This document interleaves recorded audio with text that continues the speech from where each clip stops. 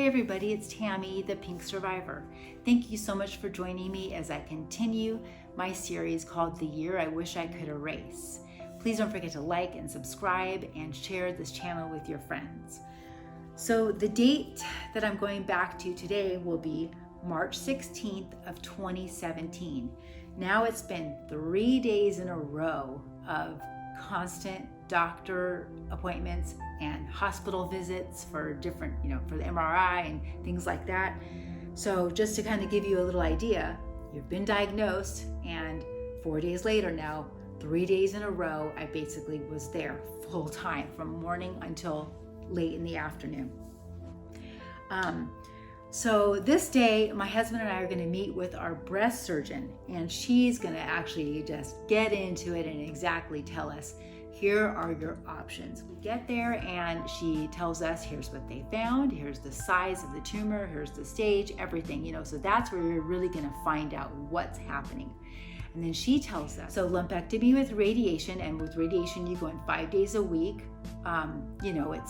It's a lot also on your body. It's very tiring. And also, they had told us that it could affect your heart because the tumor was so close, to the chest wall and the heart area. So I'm not too big on that, but I know this is my one option.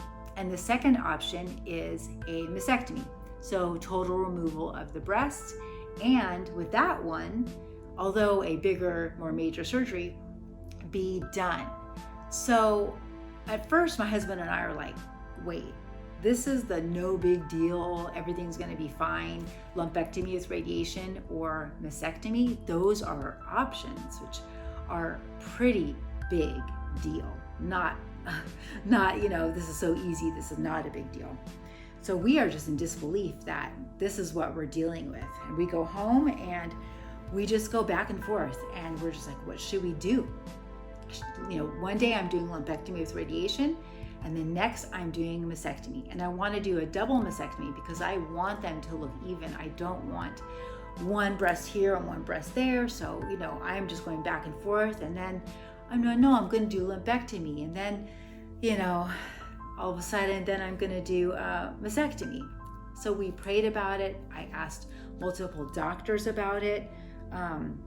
And I also wanted to avoid the constant calling and the checking. And I knew if I leave my breast tissue, they are going to be constantly asking me for mammograms, ultrasounds, MRIs, and biopsies. And I really didn't want to live my life like that. So I chose to go with a double mastectomy and just be done, hopefully. Things didn't work out that way for me, but often it does. So for me, it didn't really work out, but I know that I still ultimately made the right decision, and you'll find out why as I continue on with my story. Thank you so much for joining me, and I will see you guys next time. So I also went with a mastectomy because I wanted to do everything I could to avoid a reoccurrence.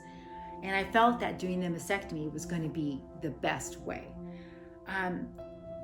It's been very difficult. I just recently had difficult days because I'm constantly connecting with different friends and who I've met through this whole process. And when they do have the cancer come back, and then suddenly, at that point, it's stage 4, and then you lose that friend, it's very difficult. It just hurts you right, in the middle of your heart, just like it's happening to you. So it's just very difficult to see that happen. And I guess now looking back, I did want to do everything I could to avoid that. And even so, there's no guarantee. It doesn't matter. Something you're still living with, is it going to come back? And just on the days where I just want to kind of, give up and get off of social media, and why am I even making all of these videos and stuff? Last night, I got a message from someone on Instagram who said it was me who inspired her to keep living her life because she was so panicked and that she wasn't enjoying her life anymore. And I guess I had said something that I wasn't going to let the fear stop me from living my life, and that's also inspired her. So one tip I can definitely give you that my husband suggested we do, which we did, was record your doctor appointments. Whether you're there alone or even if you have someone with you, just hit record, ask the doctor. None of them had problems with it, so that you can go back later and listen to exactly what they said, because it's so overwhelming, you're gonna definitely forget something. So record your doctor visits.